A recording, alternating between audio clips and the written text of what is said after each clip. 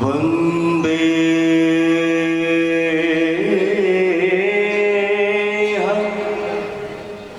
श्री गुरु श्री ज्योतपद कमलम श्री गुरुं वैष्णवांश्च श्री साग्रजातं सहगण रघुनाथान्वितं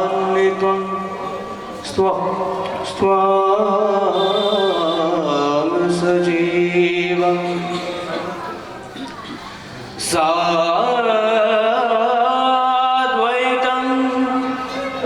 सावधूतं परिजनसहितं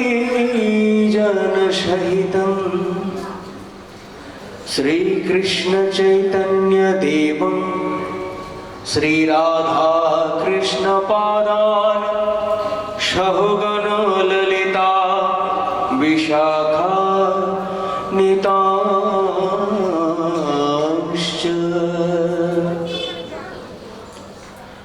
अनर्पित चिरिंचिरा करुणया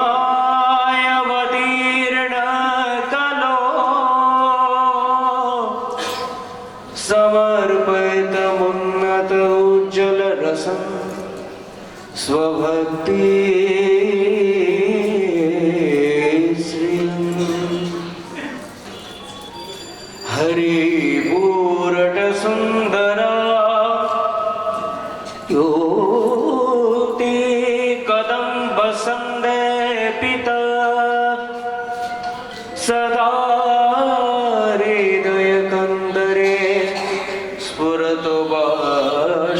नंदन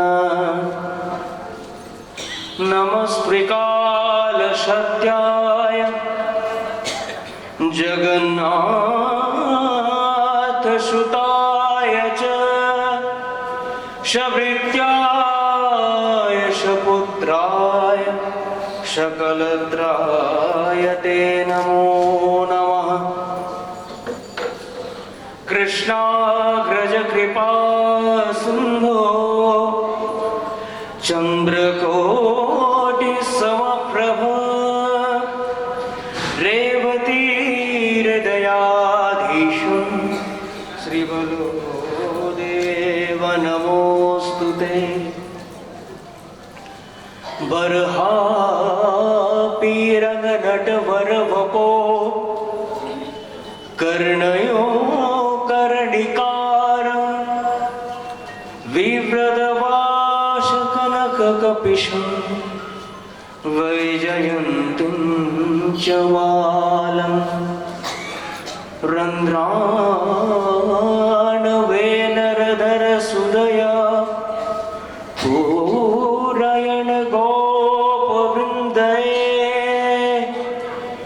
वृन्द्यारण्यं सपदगमनं त्रविशद्गीतकीर्तिम्।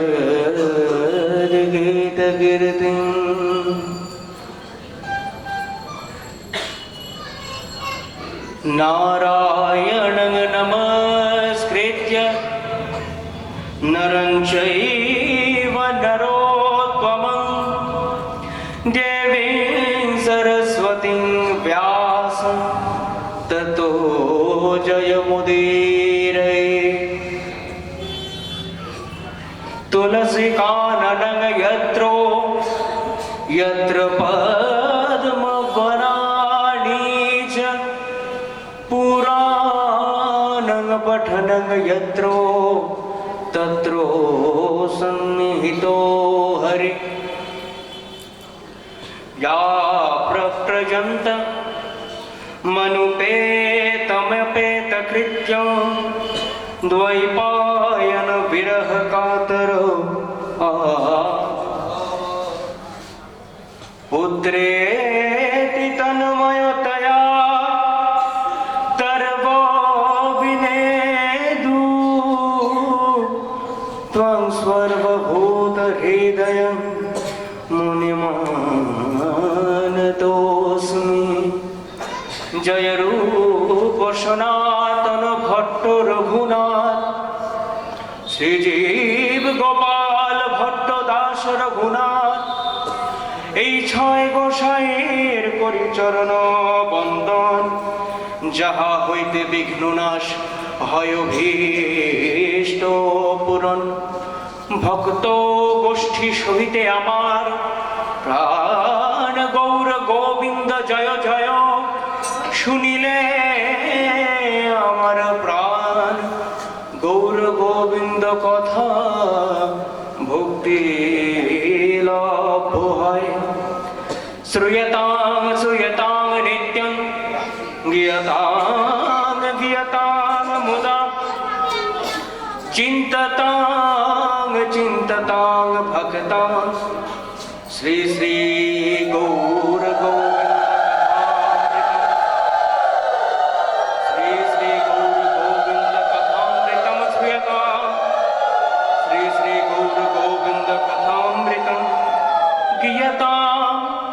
श्री श्री गौर गोविंद कथामृतं चिन्ततां भक्तां मधुरं मधुरमेकं मङ्गलं मङ्गलानां सकलनिगमवल्ली।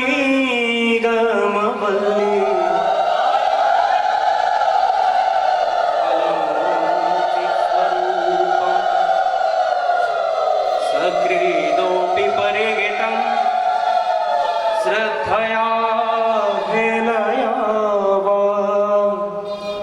श्री भृगुवर नर मात्रं तारयेत कृष्ण नाम।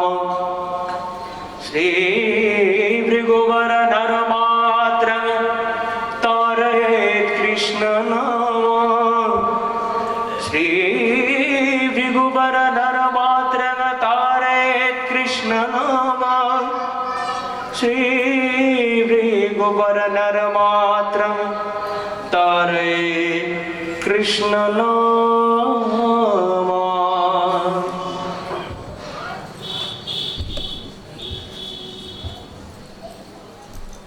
শ্রী শ্রী গুরু পূজা মহামহোৎসবের মহানন্দময় ভাগবতীয় সন্ধ্যা অপেক্ষায় কেটেছে দীর্ঘ এক বছর। দীর্ঘ এক বছরে বহু মোড় এসেছে জীবনে, বহু পরিস্থিতির সম্মুখীন করতে হয়েছে সকলকে।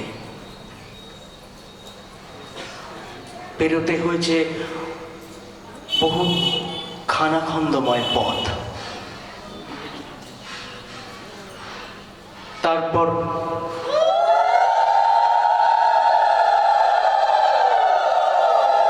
অবশেষে এসেছে সেই মহাশুভক্ষণ। অবশেষে এসেছে গুরু গৌর গোবিন্দের সেবা করার মহা মহা আনন্দময় মুহূর্ত।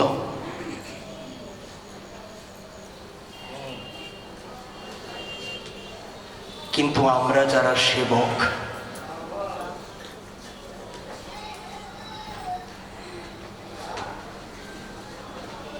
তাদের মনে বহু বেদনা। কারণ প্রথমত অনেকেই এই আনন্দের শুভক্ষণে আমাদের সান্নিধ্য থেকে দূরে অবস্থান করছেন। ওই যে বললাম, বহু পরিস্থিতির সম্মুখীন হয়েছি আমরা।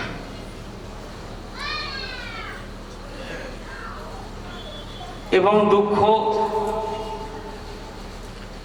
যে বিগত এক বছরে আমরা হারিয়েছি অনেক কিছু, তবুও অনন্ত আনন্দের উৎসব আমাদের শ্রীধাম নবদ্বীপ, যেখানে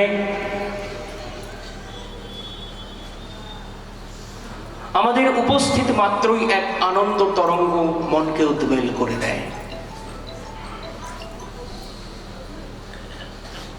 এমনই এক আনন্দময় সন্ধ্যায় আপনাদের কাছে পুনরায় ফিরে এলাম। মনে প্রশ্ন ছিল, সন্দেহ ছিল, ভয় ছিল, যা প্রত্যেকবার নিজের মনের মধ্যে নিয়ে থাকি।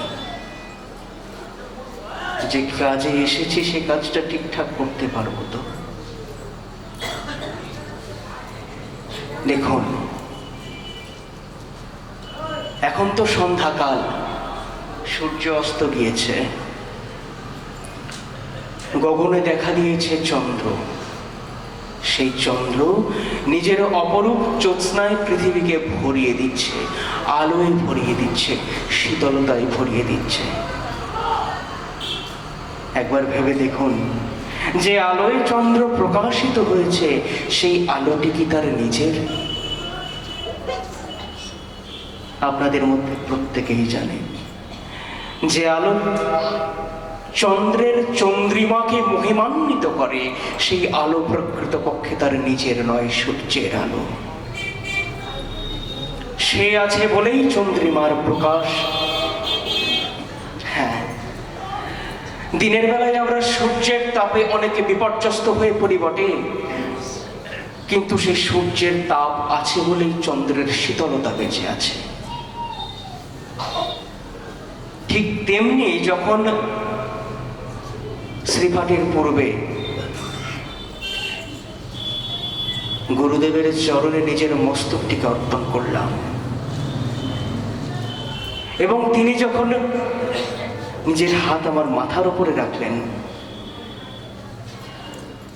তিনি তার আলোর ক্ষণিক মাত্র আমাকে প্রদান করে দিলেন, যাতে ক্ষণিক মাত্র হলেও তার অংশ, তার তেজ, তার প্রকাশ বিন্দু মাত্র হলেও জগতে ক্ষণিক মাত্র হলেও আলো ফেলতে পারে। তো শুধু গৌর ভক্ত মণ্ডলী, এই গত 4 দিন প্রভুপাদ এবং কাকা প্রভু আপনাদের সামনে হরিকথার সেবার আস্বাদন করিয়েছেন। অমীয় রসপ্লাবনে ভেসে গিয়েছেন আমাদের বলদেব প্রাঙ্গণ। আজ আমি হাজির হয়েছি ছোট্ট একটি ডালি নিয়ে। অনুসরণ করে চলি আমার গুরুদেবের নানা রকম বচন ভঙ্গিকে। দেখুন, প্রভুপাদ যখন আপনাদের সামনে হরিকথা আস্বাদন করিয়েছিলেন, একটি কথোপকথনের মাধ্যমে সেটি করিয়েছিলেন, যেখানে বক্তার আসনে আমাদের শ্রীমন মহাপ্রভু এবং শ্রোতার আসনে রয়েছেন শ্রীপাদ সনাতন গোস্বামী। প্রভু দেখিয়েছেন যে যখন দুটি মেঘ এক জায়গায় থাকে তখন বিদ্যুতের আলোতে সমস্ত জগতের অন্ধকার কিভাবে দূরীভূত হয়ে যায়। এইরকমই এক দৃষ্টান্ত, এইরকম একটি অপর চিত্র আমি আপনাদের সামনে উপস্থাপনা করবার অভিপ্রায় এখানে এসেছি। এখানেও দুটি মেঘ আছে। মেঘের ঘর্ষণ কি? গুরু শিষ্যের কথোপকথন হলো মেঘের ঘর্ষণ। এই কথোপকথনের প্রভায় যে বিদ্যুৎ উৎপন্ন হয় তা কি করে? ভিদ্যন্তে হৃদয় গ্রন্থি ছিন্দন্তে সর্বসংশয়া। কথোপকথন হচ্ছে দুজনের মধ্যে, কিন্তু আস্বাদন করছে সমস্ত জগৎ। আর কি হচ্ছে? ভিদ্যন্তে হৃদয় গ্রন্থি ছিন্দন্তে সর্বসংশয়া। জড়জাগতিক জীবের মনের মধ্যে লাগা সমস্ত রকমের প্রশ্নের মীমাংসা করে দিচ্ছে, সমস্ত বন্ধন, সমস্ত সংশয়ের ছেদন ঘটে যাচ্ছে। আর ক্ষীয়ন্তে চাস্য কর্মাণি তস্মিন দৃষ্টি পরাবরে। জড়জাগতিক জীবের সমস্ত কর্মবন্ধন, কর্মাশক্তি ছিন্ন হয়ে যাচ্ছে, ক্ষয় হয়ে যাচ্ছে। আর তস্মিন দৃষ্টি পরাপরে পরম ব্রহ্মময় স্বরূপের উজ্জ্বল প্রকাশ তাদের অন্ধকারকে দূরীভূত করে দিচ্ছে।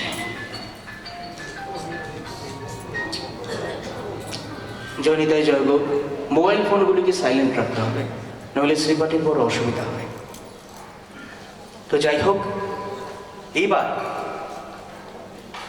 যে মন্ত্রটি এই মুহূর্তে আপনাদের সামনে উপস্থাপিত করলাম, এটি কিন্তু শ্লোক নয়। বেদাদি উপনিষদ শাস্ত্রে যেসব অক্ষর ছন্দাকারে লিপিবদ্ধ আছে এবং বহু পূর্বে যা মৌখিকভাবে আদান প্রদান করা হতো, তাদেরকে বলা হয় মন্ত্র, শ্লোক নয়। কেন মন্ত্র বলা হয় বলছি। মন্ত্র কাকে বলা হয়? মরণাৎ ত্রায়তে যস্য মন্ত্র ইতি উচ্যতে।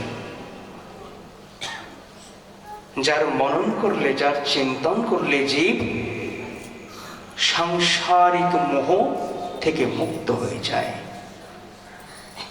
সংসার থেকে ত্রাণ করে, যে তার নাম মন্ত্র। তবে শ্লোক বলা হলো না কেন? শ্লোকের উৎপত্তি কিন্তু আরো পরে। আপনারা অনেকে হয়তো জানেন না, পৃথিবীর প্রথম শ্লোকের রচয়িতা হলেন মহাকবি বাল্মীকি বা আদি কবি বাল্মীকি। প্রথমেই তিনি যে শ্লোকটি রচনা করেছিলেন রামায়ণের রচনার বহু পূর্বে, যার জন্য তাকে আদি কবি বলা হয়। তো কি হয়েছিল, মহর্ষি একবার গঙ্গায় স্নান করছিলেন, সঙ্গে ছিল তার সঙ্গী ভরদ্বাজ। সংক্ষেপে বলছি। তো তখন মহাকবি দেখতে পেলেন দুটি সারস পাখি পরস্পরের মধ্যে ক্রীড়ামগ্ন। হঠাৎ তিনি দেখতে পেলেন একটি নিষাদ অর্থাৎ ব্যাধ, যে পশু শিকারী, তীর উঁচিয়ে আছে। কার দিকে? সেই সারস পক্ষীটির, পুরুষ পক্ষীটির দিকে। মুহূর্তের মধ্যে সেই তীর গিয়ে ভেদন করল সেই পুরুষ ক্রৌঞ্চ অর্থাৎ সারসটির বুক। আর তা দেখে বাল্মীকি মুনি রোদন করতে করতে সে নিষাদকে অভিশাপ দিলেন, মা নিষাদ প্রতিষ্ঠাং তমগব সরস্বতী সমা যৎ ক্রৌঞ্চ মিথুনাদে কোমবধি কাম মোহিতম। নিষাদ, তোমার সমস্ত প্রতিষ্ঠা, সমস্ত মর্যাদা, সমস্ত যশ ক্ষুণ্ণ হয়ে যাক। কোথাও তোমায় যশ হবে না, খ্যাতি হবে না, কারণ তুমি কামমোহিত দুই ক্রৌঞ্চের মধ্যে একজনকে হত্যা করে অপরজনকে শোকাভিভূত করেছ। যখন আদিকবি বাল্মীকি প্রথম কবিতা অর্থাৎ প্রথম শ্লোকটির রচনা করলেন, শ্লোক কেন বলা হচ্ছে বলুন? শোকাৎ জায়তে সশ্লোকা। বাল্মীকি মুনি গভীর দুঃখ থেকে, গভীর শোক থেকে সেই কবিতার উদ্ভাবনা করেন, তাই তার নাম শ্লোক। আর উপনিষদ, বেদ ইত্যাদি শাস্ত্রে যেসব অক্ষরে লিপিবদ্ধ আকারে আমরা পাঠ করি, সেগুলোকে বলা হয় মন্ত্র। এখানে মন্ত্র এবং শ্লোকের তফাৎ।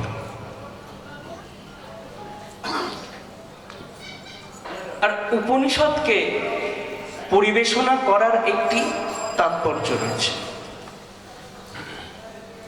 আপনাদের মধ্যে অনেকেই বহু বহু বৈচিত্র্যময় হরিকথা আস্বাদন করেছেন, অনেক কিছুই জানেন, অনেক কিছুই শুনেছেন।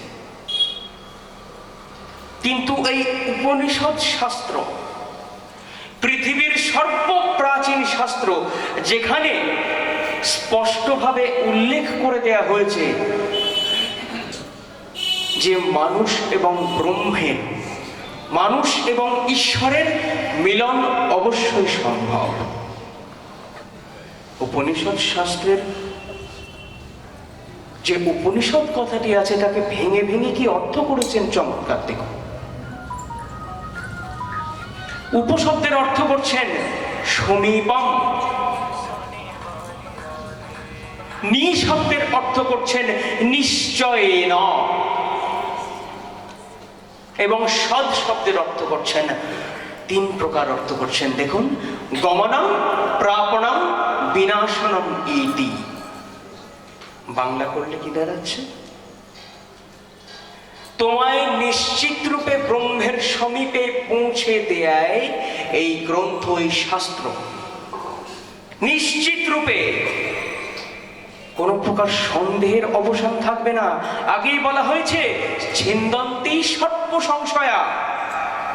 কোন প্রকার প্রশ্ন, কোন প্রকার সন্দেহ, কোন প্রকার জিজ্ঞাসা তোমার মনের মধ্যে থাকবে না। নিশ্চয় রূপে তুমি পরব্রহ্মকে দর্শন করতে পারবে যদি তুমি এই উপনিষদ গ্রন্থটিকে ঠিক মতো উপলব্ধি করতে পারো।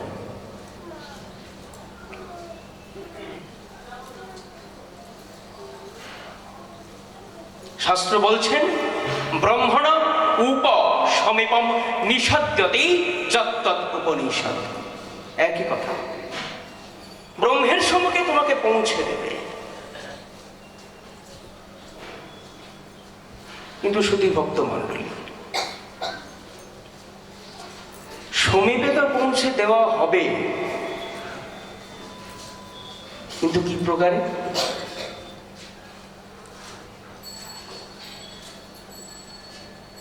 আমরা প্রত্যেকেই জানি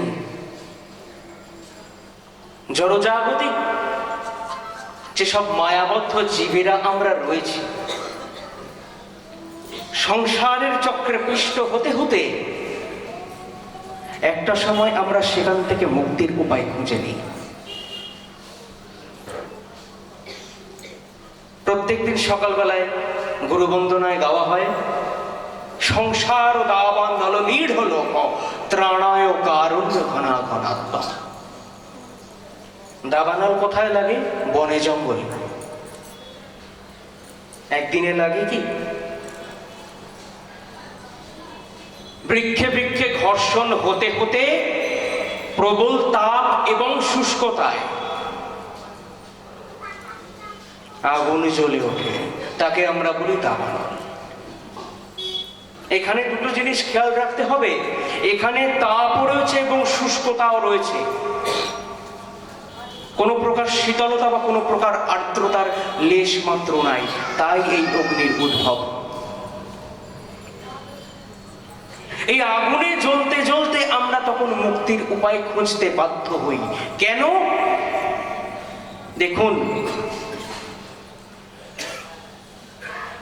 আপনারা খুব শখ করে একটি নিজের বাড়ি বানালেন, যে কেউ খুব সুন্দর করে বহু অর্থ ব্যয় করে একটি বাসগৃহ নির্মাণ করলেন, সুন্দর সমস্ত রকম ফ্যাসিলিটি, সমস্ত রকম ব্যবস্থা করলেন যাতে আপনি আরামে জীবন ব্যতীত করতে পারেন। সত্যনারায়ণের পূজা দিচ্ছেন, শান্তির সস্তায়ন যজ্ঞ করাচ্ছেন, কিন্তু একটা সময় কি হলো? দেখলেন বাড়িতে শর্ট সার্কিট হয়ে আগুন লেগে গিয়েছে। আপনার বাড়ির প্রত্যেকটি লোক হুলস্থুল কাণ্ড বাঁধিয়ে দিচ্ছে, সে আগুন থেকে তারা বাঁচার উপায় খুঁজছে। আচ্ছা, আপনি কি তখনও মখমলের পালঙ্কে শুয়ে থাকবেন? আপনি কি তখন আগুনের মধ্যে নিজেকে পরিবেষ্টিত দেখে পরম সুখে নিদ্রাভিভূত হতে পারবেন? পারবেন না।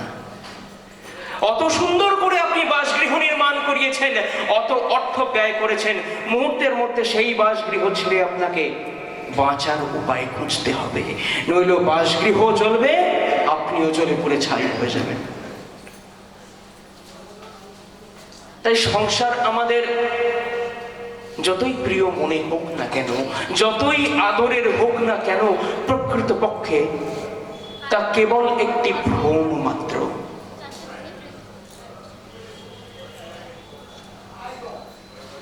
দুই আচার্য কথোপকথন করছেন, একজন আরেকজনকে প্রশ্ন করলেন যে পৃথিবীতে প্রপঞ্চ কি, মিথ্যা কি? অপরজন উত্তর দিচ্ছেন, পৃথিবীতে যা কিছু আমরা খালি চোখে দেখতে পাচ্ছি সব মিথ্যা। এই ভূমি, বৃক্ষ, আমি, আপনি প্রত্যেকে মিথ্যা। কারণ একটা সময় পরে এই শরীর আর থাকবে না, এই দেহ আর থাকবে না, মৃত্তিকা, বৃক্ষ, পৃথিবী কিচ্ছু থাকবে না, সব শেষ হয়ে যাবে। থাকবে কে? ব্রহ্ম সত্য, জগৎ মিথ্যা, জীব ব্রহ্মই পরাপরম। সেই ব্রহ্ম থাকবে। আর উপনিষদ কি করছেন? সেই ব্রহ্মের সমুদে মনুষ্য জগৎকে নিয়ে যেতে চাইছেন, দুঃখ নিবৃত্তির উপায় বলে দিচ্ছেন। আর সেটি কোথা থেকে এসেছে? গুরু ভক্ত মণ্ডলী, গুরুদেবের হাত ধরে। কিভাবে এসেছে? প্রশ্নোত্তরের মাধ্যমে। যে কোনো উপনিষদ গ্রন্থই আপনি খুঁজে দেখুন না কেন, আমরা আজকে যেটা আলোচনা করব সেটিও এক প্রকার প্রশ্নোত্তর, এক প্রকার কথোপকথন। একজন জিজ্ঞাসু ব্যক্তির জিজ্ঞাসা আর এবং তত্ত্বজ্ঞানী ব্যক্তির উত্তর। তো আসুন আমরা মূল স্থানে প্রবেশ করি। বহু বহু বহু পূর্বের কথা। সে সময়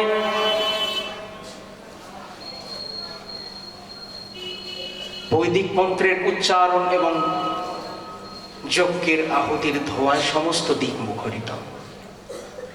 এরকমই এক সময়ে মহর্ষি উদ্দালকের পুত্র বা গৌতম বংশীয় বাজশ্রবক এক যজ্ঞের আয়োজন করলেন। আপনারা প্রত্যেকেই জানেন যজ্ঞ কাকে বলে। এক যজ্ঞের আয়োজন করলেন যার নাম বিশ্বজিৎ যজ্ঞ। উদ্দেশ্য স্বর্গপ্রাপ্তি।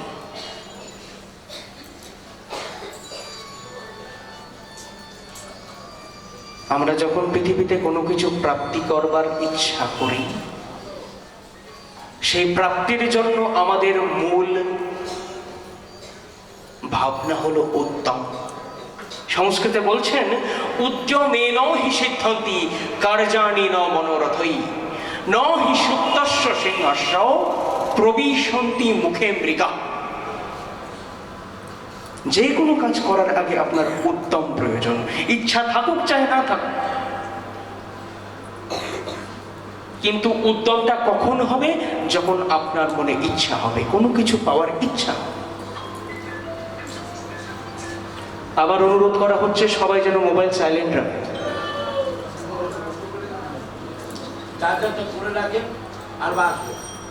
শুধু গৌর ভক্ত মন্ডলী, উদ্যম প্রয়োজন, ইচ্ছা প্রয়োজন।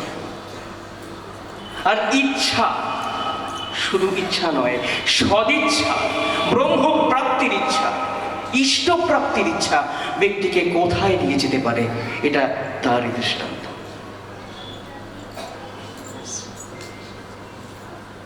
তো যজ্ঞ হচ্ছে, আহুতি দিচ্ছেন, এবং যজ্ঞের শেষে যেসব পুরোহিতরা আছে, যজমান কি করেন? সেই পুরোহিতদের দান দক্ষিণা দিয়ে থাকেন। আর তৎকালীন সময়ে দান এবং দক্ষিণার কাছে সর্বাধিক বেশি ব্যবহৃত হতো শস্য এবং গাভী। দুটি সহজলভ্য ছিল। যে কোনো রকম পুরাণাদি শাস্ত্র আপনারা খুলে দেখবেন, সেখানে সহস্র, কোটি, লক্ষ গাভী দানের কথা আছে। সহজলভ্য ছিল, সম্পদ হিসেবে গণ্য করা হতো। তো গাভী দান করছেন যজ্ঞের পর মহর্ষি উদ্দালক। পাশে দাঁড়িয়েছেন পুত্র নচিকেতা, দেখছেন পিতার এই বিপুল কর্মকাণ্ডের আয়োজনটিকে প্রত্যক্ষ করছেন। করতে করতে হঠাৎ গাভীদের দিকে একবার চোখ গেল তার।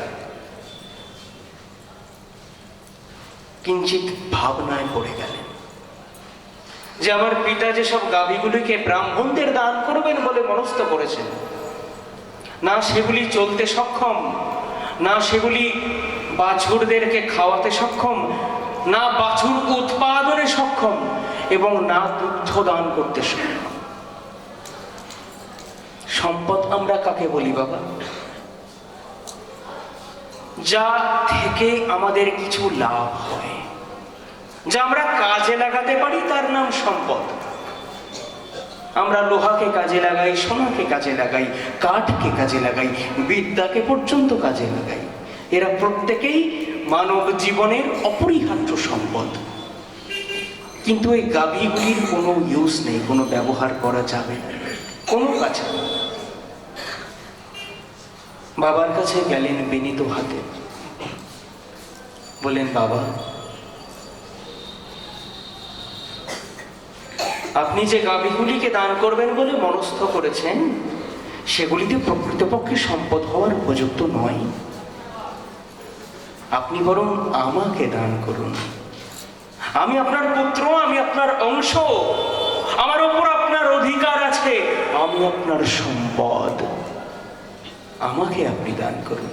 আপনি বলুন, আপনি আমাকে কাকে দান করতে ইচ্ছুক? নচিকেতা একবার প্রশ্ন করলেন, উদ্দালক নীরব রইলেন। দুইবার প্রশ্ন করলেন, এবারে উদ্দালক নিরুত্তর। যখন তিনবারের বার প্রশ্ন করছেন, উদ্দালক ক্রুদ্ধ হলেন, বলেন, যাও, মৃত্যুর মেয়ের বাম দাদাম্যহম, মরে যাও তুমি। আমি তোমায় মৃত্যুর দেবতা যমকে দান করলাম, তুমি মরে যাও। বিন্দু মাত্র বিচলিত হলেন না নচিকেতা।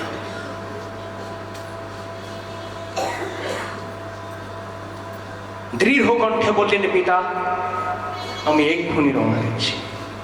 দেখুন, একটা সময় পরে মৃত্যুর পুরীতে প্রত্যেককেই গমন করতে হবে, সে আমি হই বা আপনি হন, বা জগতের যে সব জীব এখনো জীবিত আছে তারা। তবে মৃত্যুপুরীতে যেতে ভয় কিসের? আর আপনি পিতা, আপনি আদেশ করেছেন, আপনি আদেশ করলে তো প্রাণ পর্যন্ত বিসর্জন দিতে রাজি আছেন।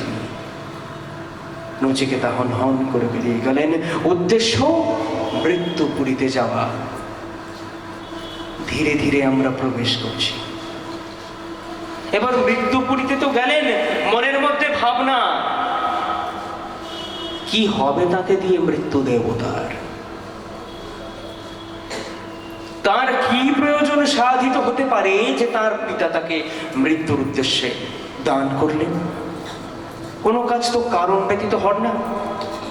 কারণ বিনা কার্যং ন সিদ্ধ্যন্তি কদাচিৎ। কারণ ছাড়া কোনো কার্য পৃথিবীতে সংঘটিত হয় না। অবশ্যই এর মধ্যে কোনো দৈবীয় যোজনা কাজ করছে। নচিকেতা কি করলেন? গেলেন, 3 দিন অনাহারে রয়েছেন।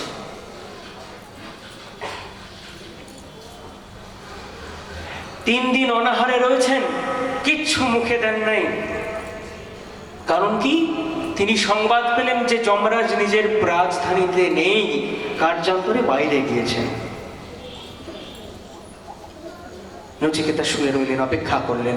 3 দিন পর যখন যমরাজ ফিরে এসেছেন, তখন যমভার্যা তাকে বলছেন, হে বিবস্বান পুত্র, হে ধর্মরাজ যম, তোমার গৃহে এক অতিথি এসেছে। 3 দিন 3 রাত সে ক্ষুধায় পিপাসায় কাতর। আমার বারংবার অনুরোধ সত্ত্বেও সে ভেতরে আসেনি। সে বলেছে, যদি গৃহস্বামী গৃহে না থাকে তবে অতিথির সেখানে গিয়ে কি কাজ? সে অপেক্ষা করেছে তোমার জন্য। তাড়াতাড়ি গিয়ে নচিকেতাকে ঘরে বসালেন। যথোচিত সেবা করছেন যমরাজ। তার চরণ ধুইয়ে দিচ্ছেন, তার মুখে অন্ন তুলে দিচ্ছেন, আর যমগিন্নি তার পাখা দিয়ে বাতাস করছেন। কত বড় শিক্ষা একটা দেখুন! সনাতন ধর্মের শিক্ষা, উপনিষদের শিক্ষা। আজ পর্যন্ত এখনো আমাদের গৃহে যদি কোনো অতিথি আসে, সবার আগে আমরা তাকে আসন থেকে উঠে সাদর সম্ভাষণ, আসুন দাদা, আসুন, আসুন, বসুন। তারপর দূর থেকে এসেছেন, ওরে কে আছিস? অমুকের দোকান থেকে কিছু নিয়ে আয়, দাদাকে কিছু দিই।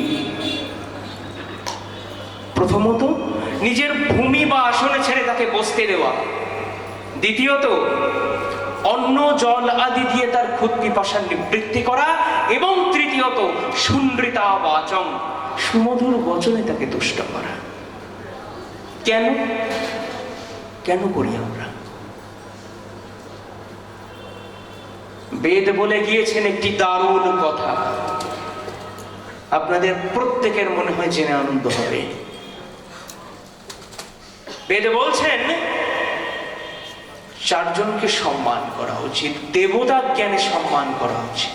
কে কে? মাতৃদেবো ভব, পিতৃদেবো ভব, আচার্য দেবো ভব, অতিথি দেবো ভব। চারজনকে সম্মান করবেন, মা, পিতা, আচার্য এবং অতিথি। বাংলার ঘরে ঘরে আমরা শুনতে পাই অতিথি নারায়ণ, তার সেবা করতে হয়। সে যেন কারোর উপর রাগ না করে, দুঃখ না পায়, কষ্ট না পায়। মনুস্মৃতিতে, মনুসংহিতায় আচার্য মনু পর্যন্ত লিখে গিয়েছেন, ত্রিনানি ভূমির উদকং বাক চতুর্থী চন্দ্রিতা। যা যা বললাম, তৃণ কথার অর্থ এখানে ঘাস নয় কিন্তু। তখনকার দিনে ধান, গম, জব, তিল, তিসি ইত্যাদি শস্যকে তৃণানি বলা হতো, অর্থাৎ তাকে খেতে দেবে। বলছেন ভূমি উদকং, সে দূর থেকে এসেছে, তাকে বসবার জন্য, বিশ্রাম করবার জন্য ভূমি দেবে, আসন দেবে, তাকে জল দেবে, এবং চতুর্থী চ সুনৃতা, সুন্দর সুমিষ্ট বচনে তাকে তুষ্ট করবে। এতন্যপি শতাঙ্গেহে নৈচ্ছদ্দিন্তং কচাতু। গৃহস্থের এটাই হচ্ছে মূল কর্ম, অন্য কিছু তারা না করলেও চলবে। শুধু কি মনুসংহিতা? আমার বৃন্দাবন দাস ঠাকুর শ্রী শ্রী চৈতন্য ভাগবতে লিখেছেন, গৃহস্থের মহাপ্রভু শিখায়েন ধর্ম, অতিথির সেবা হলো গৃহস্থের মহাকর্ম। যারা গৃহস্থ, তাদের গৃহে অতিথি এলে তাদের সেবা করা তাদের মূল কর্ম, প্রধান কর্ম। তো সেই রকম অতিথি সেবা করলেন। দৃষ্টান্ত কিন্তু বহু আছে। আমার গোবিন্দ নিজে একজন উজ্জ্বলতম দৃষ্টান্ত, তিনি থাকতে আর কোনো দৃষ্টান্তের প্রয়োজনীয়তা আছে বলে মনে নেই। তার গৃহে যখনই যেই এসেছেন, দুর্বাসা ঋষি কিংবা তার পরম মিত্র সুদামা বিপ্র, অতিথি সেবা কিভাবে করতে হয় তা জগৎগুরু গোবিন্দের থেকে আর কি ভালো আমাদের শেখাতে পারে। তো অতিথি সেবা করছেন আমার ধর্মরাজ যম। সেবা করবার পর বললেন যে, হে নচিকেতা, তুমি আমার গৃহে 3 দিনে 3 রাত্রি অভুক্ত অবস্থায় অবস্থান করেছ, তাই আমি তোমার 3টি মনের ইচ্ছা পূরণ করব। দেখুন, প্রশ্নোত্তরের এখানেই শুরু, কথোপকথনের এখানেই প্রারম্ভ।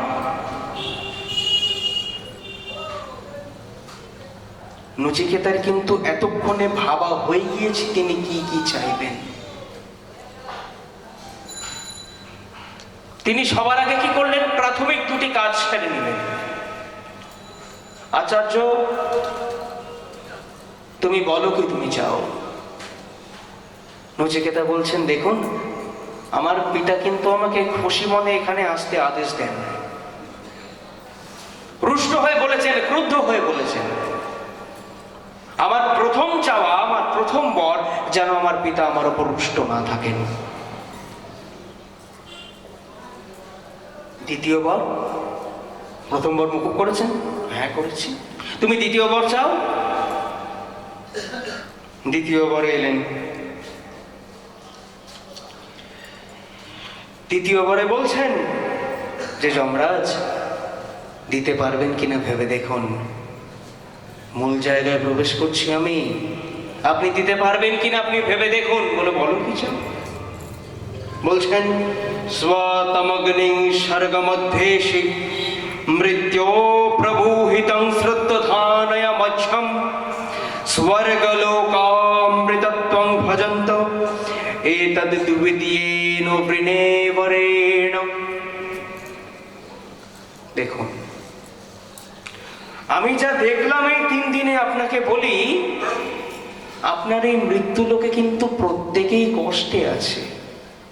যাকে দেখছি তার মুখ দিয়ে এই হাহাকার বেরোচ্ছে, সেই শোক দুঃখ ক্লেশে নিমজ্জিত। কিন্তু আমি জানি স্বর্গে কিন্তু এই ভয় নাই। স্বর্গে লোকে খুশিতে বাস করে, সুখে বাস করে। সেখানে কোনো জরা ক্ষুধা পিপাসা কিচ্ছু নাই। এই স্বর্গ প্রাপ্তির উপায় আমি আপনার কাছে প্রার্থনা করছি। স্বর্গ প্রাপ্তির উপায় বহুক্ষণ আগেই আমরা বলে দিয়েছি। আচ্ছা, স্বর্গ বলতে কি বোঝায়? স্বর্গ বলতে আমাদের প্রত্যেকের মনে প্রথমেই যে দৃশ্যটি ফুটে ওঠে, দেবরাজ ইন্দ্র যার অধিপতি, যে লোকের অধিপতি, যেখানে অন্যান্য দেবতারা নিবাস করেন, তাকেই বলা হচ্ছে স্বর্গ।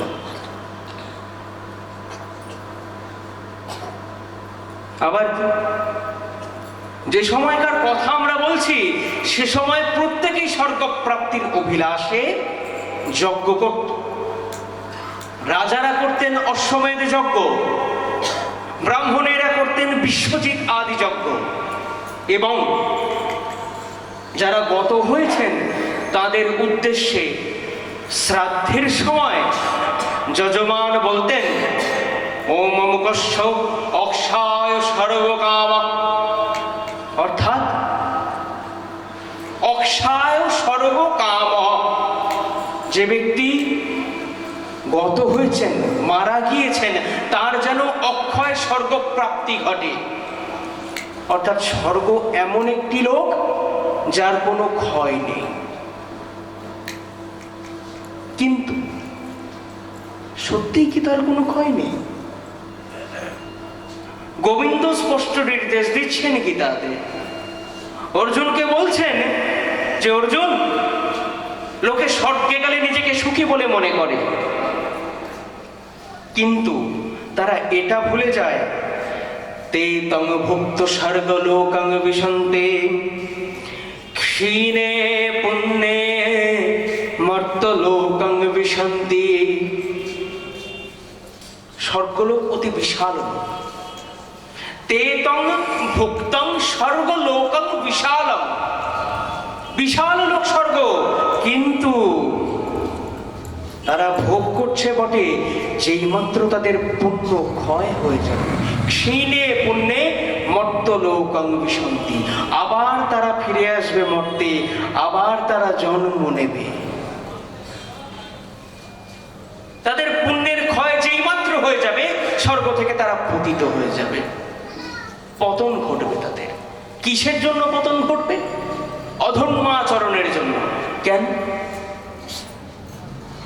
কারণ ভোগে আর যাই ঘটুক না কেন, কখনো ধর্ম হতে পারে না। তেতং ভুক্ত স্বর্গ লোকং বিশালম, স্বর্গ কি তারা ভোগ করছে। আর ভোগ বলতে কি?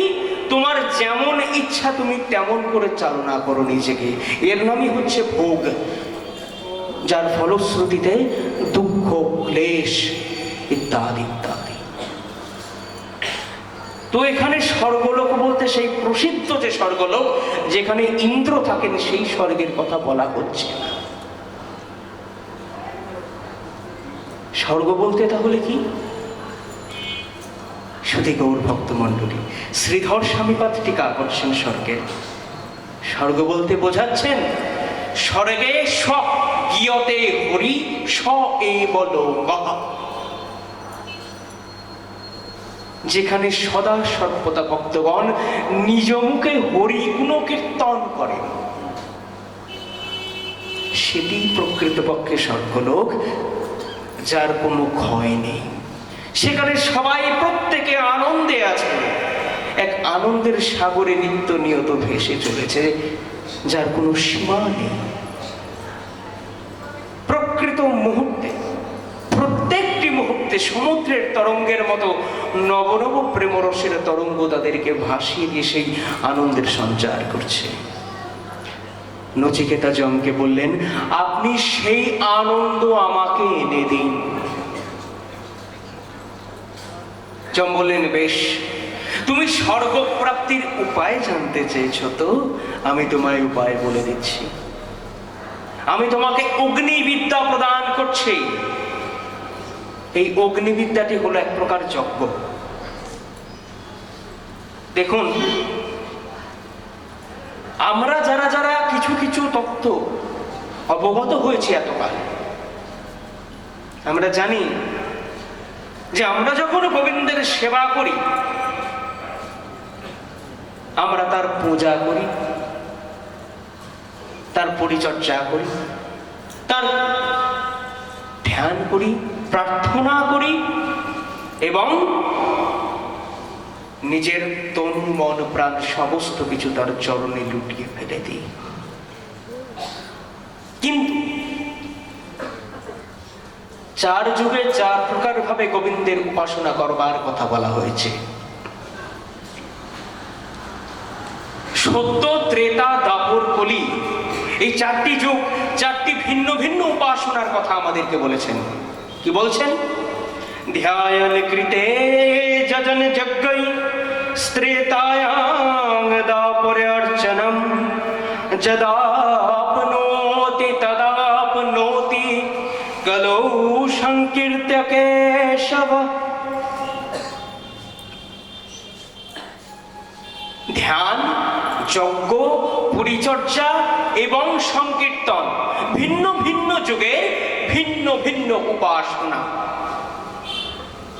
আমরা এখানে কোন পদ্ধতির কথা বললেন?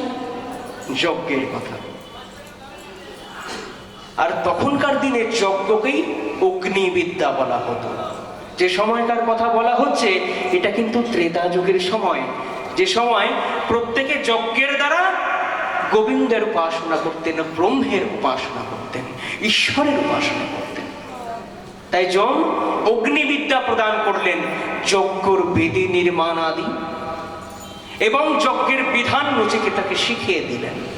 শুধু তাই নয়, দেখুন, প্রথমে নচিকেতা সিংহাসনে বসে আতিথ্য গ্রহণ করেছেন এবং এখন নচিকেতা বসেছেন যমরাজের পদপ্রান্তে। কারণ এখন যমরাজ গুরুর আসনে আসেন এবং নচিকেতা শিষ্যের মতো করে তার কাছ থেকে শিক্ষা নিচ্ছেন, ঈশ্বর প্রাপ্তির শিক্ষা নিচ্ছেন, গোবিন্দ উপাসনার শিক্ষা নিচ্ছেন। আর নেবেন নাই বা কেন? আপনাদের মনে হতে পারে যে যমরাজ মৃত্যুর দেবতা, আর বিভিন্ন ভাবে তাকে সিম্বলাইজ করা হয়েছে নানা রকম। যারা যারা দূরদর্শনে নানা রকম পৌরাণিক কথা কাহিনী দেখি, সেখানে যখন যমরাজের উপস্থাপনা করা হয় দেখেই ভয় লেগে যায়। মাথায় সিংমালা মুকুট, ঘোরতর কৃষ্ণবর্ণ, আঁখি দুটি লাল, মহিষ বাহন। এ দেখে স্বভাবতই শ্রদ্ধার পরিবর্তে ভয় জাগাটা প্রত্যেকের মানুষের পক্ষে স্বাভাবিক। এবং আমরা এও বলে থাকি যে আমরা সংসারের মধ্যে আছি তো আছি, কিন্তু পলাইতে পথ নাহি, যম আছে পিছে। যম কি করবে? যে কোনো মুহূর্তে আমাদের প্রাণ হরণ করে আমাদেরকে নরকে হয় তেলে ভাজা ভাজা করবে, নয় কাঁটার চাবুক দিয়ে আমাদেরকে প্রত্যেকবার প্রহার করবে, সোজা কথায় আমাদেরকে দণ্ডিত করবে। কিন্তু গৌর ভক্ত মণ্ডলী, নারিকেলের বাহ্যিক আবরণ দেখে তার ভেতরকার শ্বাস এবং জলের ধারণা করা কিন্তু সম্ভব নয়। তাকে ভাঙতে হয়, ভাঙার জন্য তার কাছে যেতে হয়। আমরা যদি খুঁজে পাই তবে দেখব নচিকেতাই একমাত্র এক বালক যে কিনা সরাসরি যমরাজের কাছ থেকে হরিভক্তি উপাসনার বিদ্যা আয়ত্ত করেছেন। কেন? শুধু গৌর ভক্ত মণ্ডলী, যমরাজ কিন্তু দ্বাদশ মহাজনের অন্যতম মহাভাগবত হরিতত্ত্ববেত্তা, প্রকৃত হরিতত্ত্ববেত্তা। কে কে সেই দ্বাদশ মহাজন? শ্রীমদ্ ভাগবত বলছেন, স্বয়ম্ভূর নারদ শম্ভু,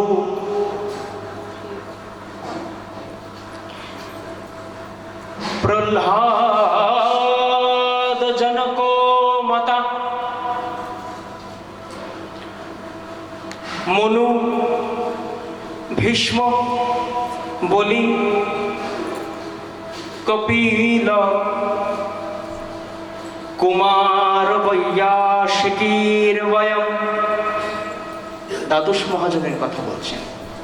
ধীরে ধীরে বললাম যাতে প্রত্যেকের মনে একটি ধারণা জন্মায় যে তারা কারা। প্রত্যেকে বলছেন প্রথমে স্বয়ম্ভু অর্থাৎ ব্রহ্মা, প্রথম মহাজন। তারপর বলছেন নারদ, নারদ। শম্ভু মহাদেবের কথা বলছেন। প্রত্যেকেই জানি আমরা মহাদেব কত বড় বৈষ্ণব, মহাভাগবত। তারপর বলছেন কুমার অর্থাৎ সনত কুমার, সনক সনন্দ সনাতন সনত কুমার। এদের চারিজনকে একত্র করে বলছেন কুমার। এরপরে বলছেন ভগবান কপিলের কথা। তারপরে বলছেন স্বয়ম্ভু বা মনুর কথা। কজন হলো?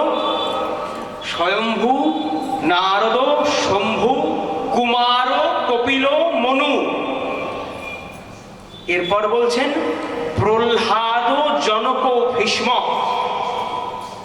হিরণ্যকশ্যপু তনয় প্রহ্লাদ, মিথিলা রাজ বিদেহরাজ জনক। তারপর কার কথা বলছেন? ভীষ্ম, কুরুকুল পিতামহ ভীষ্ম, বলি, বৈয়াসিকীর বয়ম। রাজা বলি এবং বৈয়াসিকী বলতে বলছেন শুকদেবের কথা, শ্রীল শুকদেব গোস্বামী চরণ। এবং অন্তে বলছেন নিজের কথা, বয়ম। এখানে উক্তির বক্তা স্বয়ং যমরাজ। কাকে বলছেন? বলছেন তার দূতদের, তার ভৃত্যদের। কখন মনে পড়ে আপনাদের অজামিলের কথা?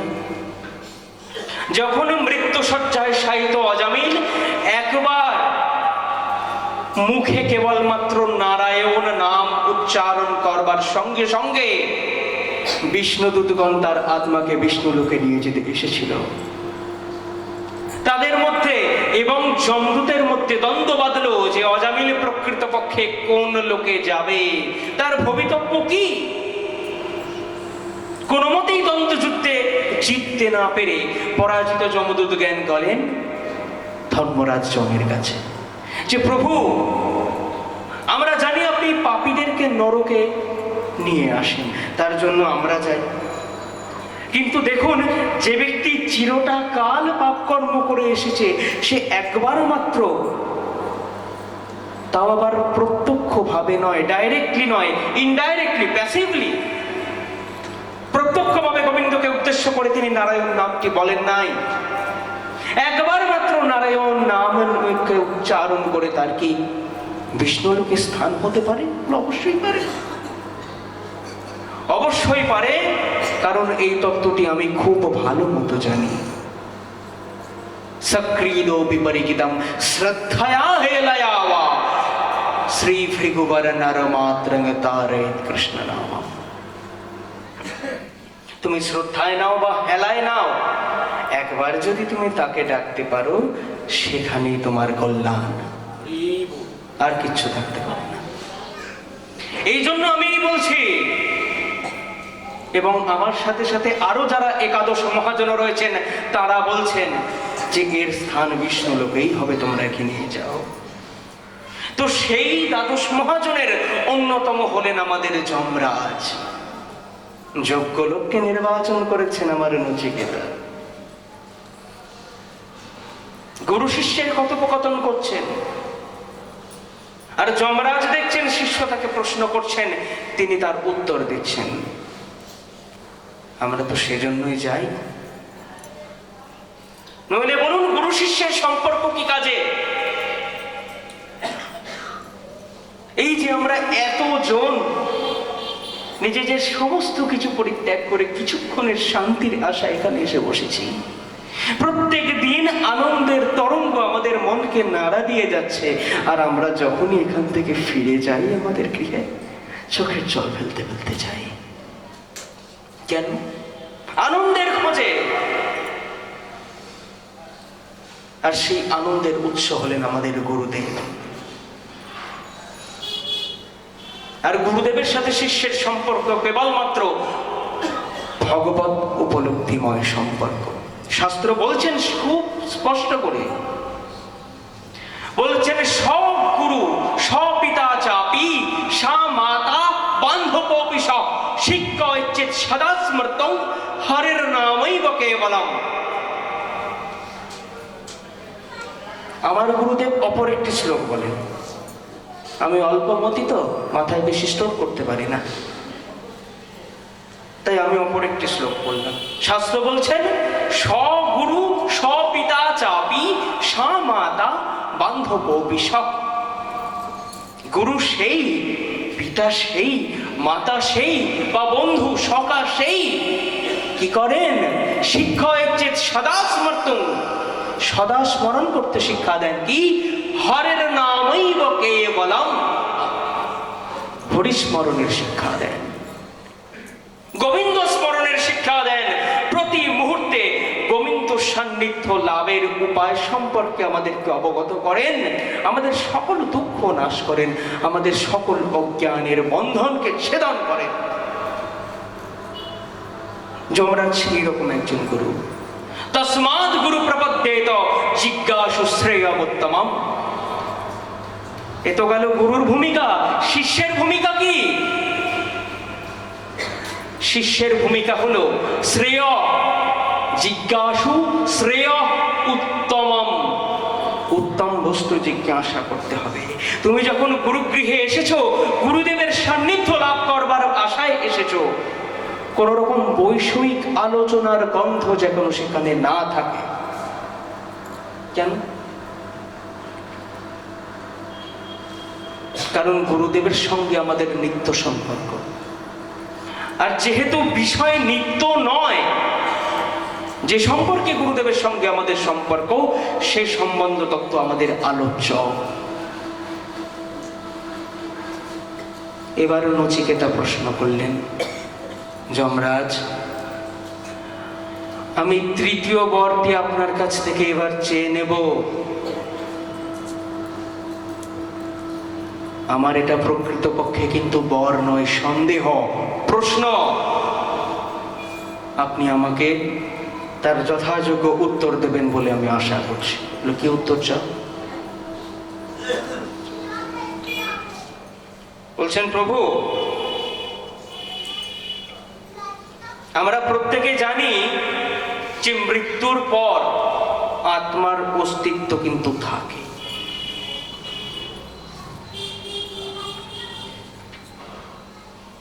আত্মা থাকে মৃত্যুর পর, কিন্তু তাও কেউ কেউ তা মানতে চায় না। কারা মানতে চায় না? ভারতীয় দর্শনে সদর্শন আছেন, ব্যাখ্যায় যাচ্ছি না। তার মধ্যে যারা নাস্তিক দর্শন প্রবক্তা, চারবাক দর্শন, যারা কিনা মৃত্যুর পর আত্মার অস্তিত্ব স্বীকার করেন না, তাদের মতে চৈতন্য বিশিষ্ট দেহই হলো আত্মা। এবং এই দর্শনের মূল কথা, যাবৎ জীবেত সুখং জীবেত ঋণং কৃত্যং পিবেত। যতদিন পর্যন্ত তুমি পৃথিবীতে বেঁচে আছো, সমস্ত ভোগ্য বস্তুকে গ্রহণ করো, সমস্ত রকম ভোগে মত্ত থাকো। কারণ এই যদি তোমার শরীর চলে যায় আর তোমার ভোগ করা হয়ে উঠবে না, এটি কিন্তু সত্য নয়। গীতায় বলছেন, এর উত্তর দিচ্ছেন গোবিন্দ, যে যারা যারা মনে করে যে আত্মা মৃত্যুর পরে আর থাকে না, তাদের উদ্দেশ্যে বলছি, শোনো অর্জুন, আত্মা কিন্তু নিজের কর্মের ফল ভোগ করে। দেহেন জীব ভূতেন লোকালোকমনুব্রজন ভুঞ্জানো এব কর্মাণি করোতি অবিরতং পুমান। যখন দেহ থেকে বেরিয়ে যায়, ভৌতিক খাঁচাটিকে পরিত্যাগ করে, তখন আত্মা কিন্তু লোক থেকে লোক ভ্রমণ করে যায়, এই লোক থেকে সেই লোক। কিসের জন্য? কর্মের ফল ভোগ করে। তুমি ইহ জগতে যা যা কর্ম করেছো এই জন্মে এবং পারলৌকিক জগতে সেই সব কর্মের ফল তোমায় ভোগ করতে করতে চলতে হয়, অনুব্রজন ঘুরে বেড়াতে হয়, তোমার মুক্তি ঘটে না। যার জন্য দরকার কি? ব্রহ্মবিদ্যা বা আত্মজ্ঞান। শুধু গৌর ভক্ত মণ্ডলী, বিদ্যা শব্দের অর্থ কি? আমরা জানি বিদ্যা শব্দের অর্থ জ্ঞান। চলিত কথায় প্রকৃত অর্থে বিদ্যা বলতে সবার আগে মনে পড়ে বই খাতা। বিদ্যা, বিদ্যার কাজ কি? বিদ্যা জিনিসটা কি? ঋষি অষ্টাবক্র বলছেন, সা বিদ্যা ইয়া বিমুক্তায়। বিদ্যা সেটি যেটা জীবকে মুক্তি প্রদান করে। কিসের থেকে? অজ্ঞানতা থেকে মুক্তি প্রদান করে, বিষয়ের আসক্তি থেকে মুক্তি প্রদান করে, দুঃখ থেকে মুক্তি প্রদান করে। আর বিদ্যা কিরকম হওয়া উচিত? প্রভু কহে বিদ্যা মধ্যে কোন বিদ্যা সার, রায় কহে কৃষ্ণ ভক্তি বিনা বিদ্যা নাই আর। এইরকম হওয়া উচিত বিদ্যা, ব্রহ্মবিদ্যা, আত্মজ্ঞান। আত্মজ্ঞানের উদ্দেশ্য কি? আমরা শুনলাম কৃষ্ণ ভক্তি বিনা বিদ্যা নাহি আর, তাই তো? কৃষ্ণকে আমরা ভক্তি করব কি করে, যেখানে আমরা নিজেরাই নিজেদেরকে চিনে উঠতে পারি না? যার জন্য উপনিষদকে বলা হচ্ছে আত্মজ্ঞান। তুমি আগে নিজেকে জানো, তারপর পরমাত্মাকে জানার প্রচেষ্টা করো। নিজের স্বরূপটিকে প্রকৃতপক্ষে উপলব্ধি করো যে কে তুমি। তো সেই আত্মজ্ঞানের শেষ প্রশ্নটি করলেন যে মৃত্যুর পর আত্মার অস্তিত্ব কি থাকে? আর থাকলে সেই আত্মতত্ত্ব বা সেই আত্মবিদ্যা আপনি আমায় প্রদান করুন। যমরাজ যতক্ষণ খুব মৃদু মৃদু হেসে হেসে জবাব দিচ্ছিলেন নচিকেতার সমস্ত প্রশ্নের, এখন একটু গম্ভীর হয়ে গেলেন। একটু গম্ভীর হয়ে গেলেন কারণ নচিকেতা পরম গুচ্ছ প্রশ্নটি কিন্তু করে ফেলেছেন, যেটি সবার সামনে আসে না, সবাই এর যোগ্য হয় না। শুরু হলো নচিকেতার পরীক্ষা। যম বলছেন, শোনো শোনো শোনো শোনো, তুমি এক কাজ করো, শতায়ুষ পুত্র পৌত্রান বৃণীষ্য বহুন পোষণ। নিজের জন্য 100 বছর আয়ুযুক্ত পুত্র কন্যা প্রার্থনা করো। বৃণীষ্য বহুন পোষণ, ওই যে বলছিলে তোমার পিতার যজ্ঞে পশুগুলো নাকি ঠিক না, গাভীরা ঠিক না, আমি তোমাকে সুন্দর সুস্বাস্থ্যবতী গাভী প্রদান করব, যত যত চাইবে তত। এই জিনিস তুমি জানতে চেও না,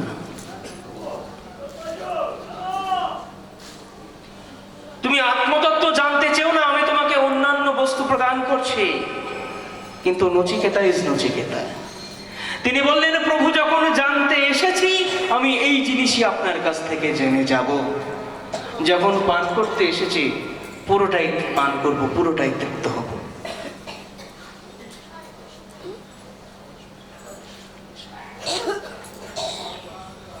নচিকেতা একটি কথা বললেন যে প্রভু আপনি আমাকে ধনৈশ্বর্যের লোভ দেখাচ্ছেন তো। একটা কথা বলি, নচিকেতা বলছেন, নবিত্তেন তর্পণীয় মনুষ্য। টাকা পয়সা অর্থ সম্পদ কাউকে কখনো খুশি করতে পারে না। ন বিত্তেন তর্পণীয় মনুষ্য। তর্পণ কথা প্রকৃত অর্থে তৃপ্তি বা সন্তুষ্টি। অর্থ কখনো মানুষকে সন্তুষ্ট দিতে পারে না, কারণ গীতায় বলছেন ন জাতু কামা কামা নাম উপভোগেন সম্যতি। তুমি কামকে ভোগ করছো ঠিক আছে, কিন্তু একবার নিজের মনে বিচার করে দেখো যে আদৌ তুমি তৃপ্ত হচ্ছ তো?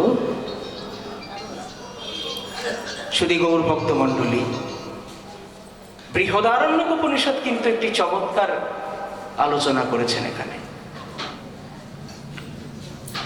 বৃহদারণ্যক উপনিষদ বলছেন যে যাজ্ঞবল্ক্য এবং তার পত্নী মৈত্রী দুজনের মধ্যে কথা বলছেন। ঋষি যাজ্ঞবল্ক্য সন্ন্যাস নেবেন, মৈত্রীকে ডাক পাঠালেন যে শো, আমার যাবতীয় সম্পদ তোমার এবং আমার দ্বিতীয় পত্নী কাত্যায়নের মধ্যে বিভাজন করে দিই, যাতে তোমাদের পরবর্তীকালে কোনো সমস্যা না হয়, কারণ আমি এখন সন্ন্যাস গ্রহণ করব। মৈত্রেয়ী বলছেন যে পৃথিবীতে তো সম্পদের অভাব নেই। আমাদের পৃথিবীতে যেসব যা যা বস্তু রয়েছে, স্বর্ণ রৌপ্য সেও পৃথিবীর, খাদ্যশস্য জল বায়ু সেও পৃথিবীর, বৃক্ষ ফল সেও পৃথিবীর। সমস্ত পৃথিবী জুড়ে যা যা আমরা দেখছি সবই আমরা কাজে লাগাতে পারি, সে স্থাবর হোক বা জীবিত প্রাণী। কিন্তু কথং শ্যাম অমৃতত্যামিতি, আমি কি তা দিয়ে অমরত্ব লাভ করতে পারবো?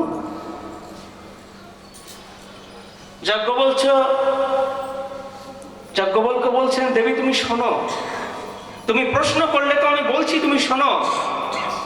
যথৈব কর্ণবতাং জীবিতং, যেভাবে ধনী ব্যক্তিরা বেঁচে থাকে, সম্পদশালী ব্যক্তিরা বেঁচে থাকে, তাবৎ জীবিতং তথা, তুমি সেরকম ভাবে বেঁচে থাকতে পারবে। কিন্তু অমৃতত্বস্য নাস্তি আশা বিত্তনেন, বিত্ত বা সম্পত্তির থেকে তুমি অমৃতত্বের আশা করো না। সম্পদ তোমাকে আর যাই করুক অমর করতে পারবে না, অমৃত এনে দিতে পারবে না। মুহূর্তের মধ্যে মৈত্রেয়ী জিজ্ঞাসা করে বসলেন যে নাহং সদমৃতম মিতি কিমহং তেন কুজ্জাম, যে পার্থিব ঐশ্বর্য দিয়ে আমি অমর হতে পারবো না, অমৃত লাভ করতে পারবো না, সেই পার্থিব সম্পদ, সেই পার্থিব ঐশ্বর্য আমার কি কাজ? তাদের তো কোনো ভ্যালু নেই, তাদের কোনো প্রাধান্য নেই। তাই আমি আপনার থেকে প্রার্থনা করছি, যে জন্য আপনি সন্ন্যাস গ্রহণ করে এই বিষয়ের বন্ধন থেকে মুক্ত হতে চাইছেন, সেই জ্ঞান, সেই পথ, সেই বিদ্যা আমি আপনাকে চেয়ে নিচ্ছি আপনার থেকে। আপনি আমায় তা প্রদান করুন। পার্থিব ঐশ্বর্য বা পার্থিব জড়জাগতিক সম্পদের আমার কোনো লালসা নেই। কি পুত্র, কি কন্যা, কি অর্থ সম্পদ ইত্যাদি ইত্যাদি। খুবই সুন্দর গেয়েছেন না মহাজন? এ ধন যৌবন পুত্র পরিজন, ইথে কি আছে পরতীত রে, নলিনী দল জল হৃদয় ডল মল, ভজহু হরি পদ নীতি রে, ভজহু হরি পদ নীতি রে। পুত্র পরিজন আমাদের কোনো কাজেই লাগবে না, কারণ ইথে কি আছে পরতীত রে, পারলৌকিক কোন কল্যাণে পুত্র কল্যাণ দ্বারা সাধিত হবে। তাই ভজ হুরে মন শ্রীনন্দ নন্দন অভয় চরণারবিন্দরে, এই শিক্ষা দিচ্ছেন আমাদের। শুধুমাত্র ভাগবত বা শ্রী চৈতন্য চরিতামৃত নয়, বহু বহু প্রাচীন গ্রন্থ আমাদের উপনিষদ শিক্ষা দিচ্ছেন যে যদি গুরুকে প্রশ্ন করতে হয় তবে উত্তম বস্তু জিজ্ঞাসা করবে, এবং বিষয়ে বৈরাগ্য কিন্তু সর্বাগ্রে প্রয়োজন। দেখুন, বৈরাগ্য কাকে বলে জানেন তো? শ্রী রূপ গোস্বামীপাদ খুব সুন্দর করে বলছেন, অনাসক্তস্য বিষয়ান যথা হি রূপযুঞ্জত নির্বন্ধ কৃষ্ণ সম্বন্ধে যুক্তং বৈরাগ্যমুচ্যতে। অনাসক্তস্য বিষয়ান যথা হি উপযুঞ্জত। এখানে অনাসক্তির কথা আসছে। কিসে অনাসক্তি? অনাসক্তস্য বিষয়ান, তোমায় বিষয়ের থেকে অনাসক্ত হতে হবে। আসক্তিটা রাখবো কোথায় তবে? নির্বন্ধ কৃষ্ণ সম্বন্ধে যুক্তং, বিষয় থেকে মুক্ত হয়ে গোবিন্দের সঙ্গে সম্বন্ধ স্থাপন করো। গোবিন্দের সঙ্গে তুমি যুক্ত হও, সেই যুক্ত হওয়ার নামই হচ্ছে বৈরাগ্য। যে বৈরাগ্যের এক চিত্র প্রভুপাদ আপনাদের সামনে পূর্বে উপস্থাপিত করেছেন, যে বৈরাগ্যের সঙ্গে সমস্ত জীবের কল্যাণের পথ। এই বৈরাগ্য ধারণ করবার জন্য যে পরীক্ষার প্রয়োজন, যে অনুশীলনের প্রয়োজন, যমরাজ সেই পরীক্ষা নিচ্ছেন আমার নচিকেতাকে, নানা রকম প্রলোভনে প্রলুব্ধ করছেন। আপাত দৃষ্টিতে প্রলুব্ধ করছেন, কিন্তু প্রকৃতপক্ষে নচিকেতাকে বাজিয়ে দেখে নিচ্ছেন। সে প্রশ্ন করেছেন গুচ্ছ প্রশ্ন, জ্ঞানং পরম গুচ্ছং মে যদ বিজ্ঞান সমন্বিতম।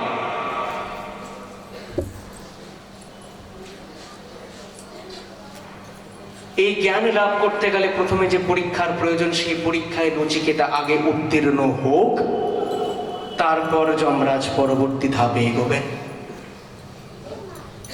আর সে সাথে এগোবো আমরাও পরবর্তী আস্বাদনের দিকে। তবে আজ আর নয়, আবার আগামীকাল। হরে কৃষ্ণ কৃষ্ণ কৃষ্ণ হরে হরে, হরে রাম রাম রাম হরে হরে, হরে কৃষ্ণ কৃষ্ণ কৃষ্ণ হরে হরে, হরে রাম রাম রাম হরে হরে, হরে কৃষ্ণ কৃষ্ণ কৃষ্ণ হরে হরে, হরে রাম রাম রাম হরে হরে। বলুন সবাই মিলে একবার, শ্রীনিতাই গৌর সীতানাথ প্রেমানন্দে হরি হরি বল। শ্রীনিতাই গৌর সীতানাথ প্রেমানন্দে হরি হরি বল। শ্রীনিতাই গৌর সীতানাথ প্রেমানন্দে হরি হরি বল।